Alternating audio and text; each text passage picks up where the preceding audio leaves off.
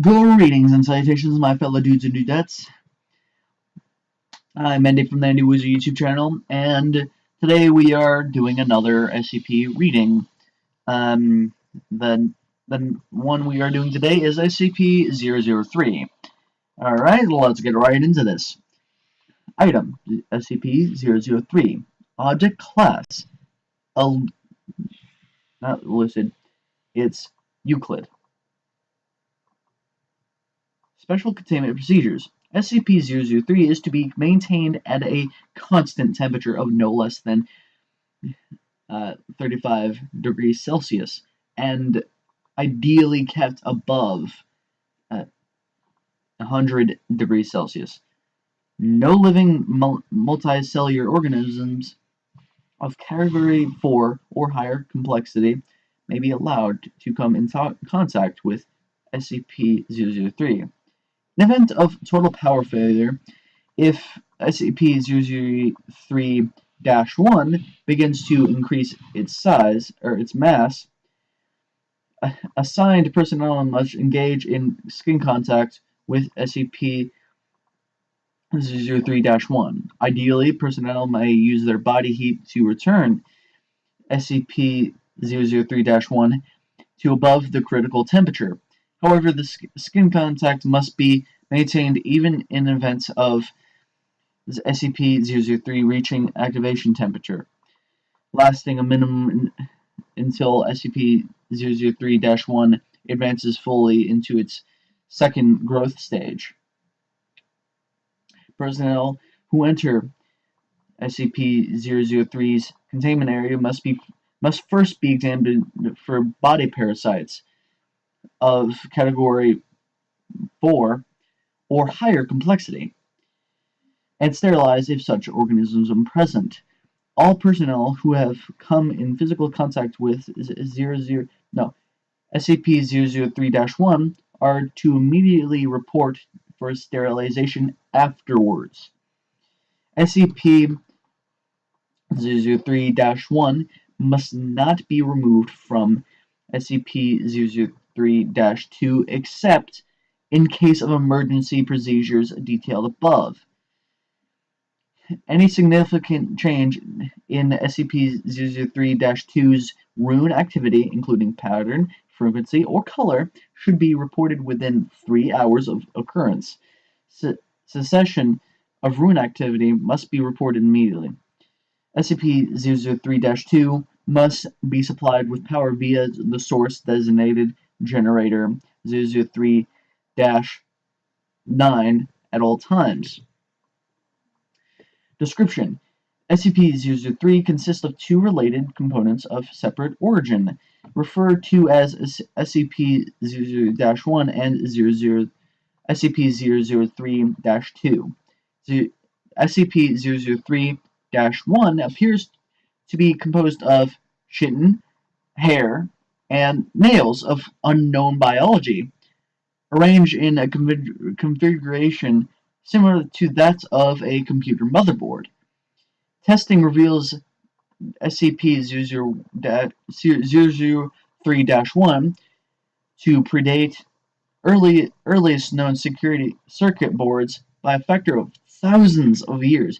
SCP-003-1 is considered sentient, but not actively dangerous except under certain conditions.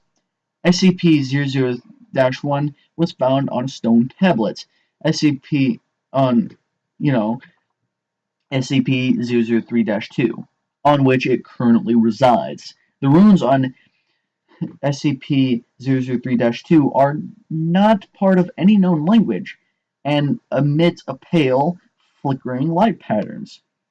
SCP-003-2 is controlled by a non-biological internal computer, the contents of which are mostly accessible without risk of damaging SCP-003-2. SCP-003-2 is capable of controlled emissions of radiation, including heat, light, and anomalous radiation types. SCP-003-2 contains an internal power source of an anomalous nature, which appears to have been losing power since several centuries before discovery. It is considered probable that SCP-003-2 was created for the purpose of containing SCP-003-1, partially interpreted data recovered from SCP 003-2 may refer to a past or potential future LA class restructuring event caused by SCP-003-1. SCP-003 was located by a remote viewing team SRV-04 Beta. It appears possible that 04 Beta was deliberately contacted by SCP-003-2. Other organizations have also been alerted to SCP-003's existence, possibly by similar means. Despite this activity, SCP-003-2 does not appear to be sentient based on its lack of reaction to M03 Gloria analysis and procedures. When SCP-003 drops below the temperature of 35 degrees Celsius, both components react. First, SCP-003-1 enters a growth state characterized by an exponential growth in mass. This growth state consists of two stages. In both stages, SCP-003-1 partially fuels its growth by converting matter around it, starting with any surrounding inorganic material, including atmospheric elements, then non-living organic material, including cells of dead skin, hair, chitin, enamel, keratin, and other biological materials. The first stage is always the same. SCP-003-1 will first increase its mass, then take a form similar to a shape of a ophiroid, a brittle star, of 15 meters in diameter, including what appears to be a central processor of 3 meters in diameter. It will form sensory organs that appear to scan its surrounding environment and will partially convert the area around it into an unidentified anomalous substance. SCP-003-2 seems immune from the conversion. The second stage describes a growth alteration which occurs when SCP-003 comes into contact with living organic material. SCP-003 appears to template itself off of the organic material and will attempt communication with organisms that match its initial templates or templates.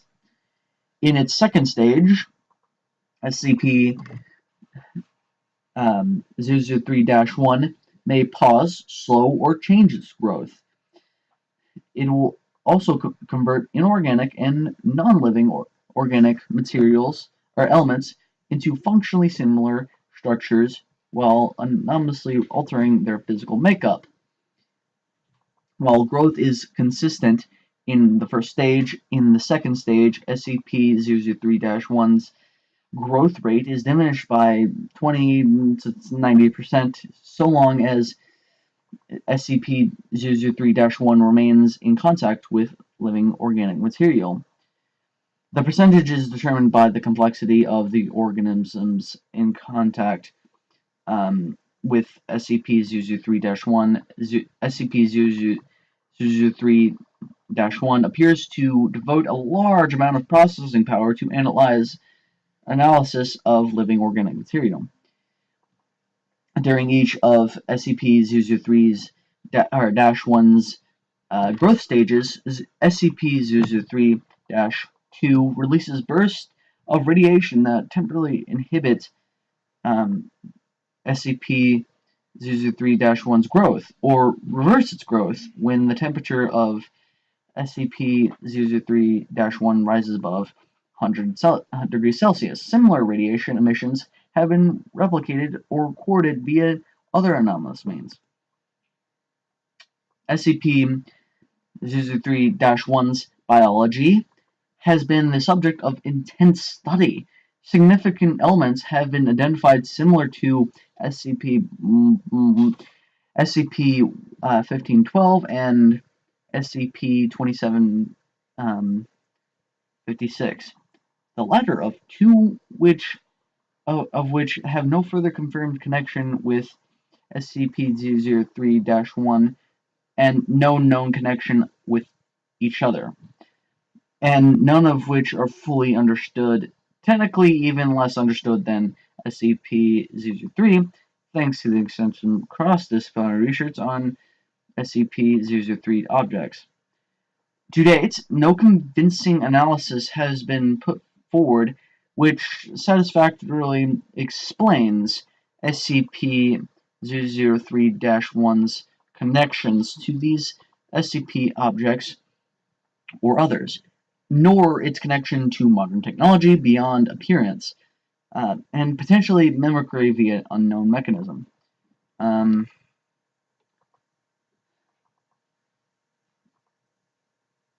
Alright. And I think that'll be it. I think that'll be it for this one. If you guys want me to read this part, I will, but not today. But anyway, I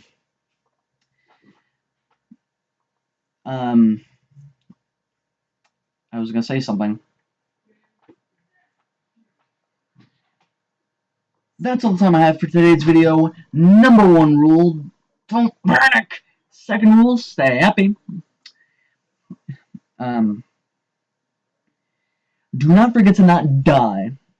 I've been Andy from the Andy Wars YouTube channel, and I hope all you ladies and gentlemen, boys and girls, dudes and dudettes, are having a wonderfully fantastic day, and I hope I'll see you later.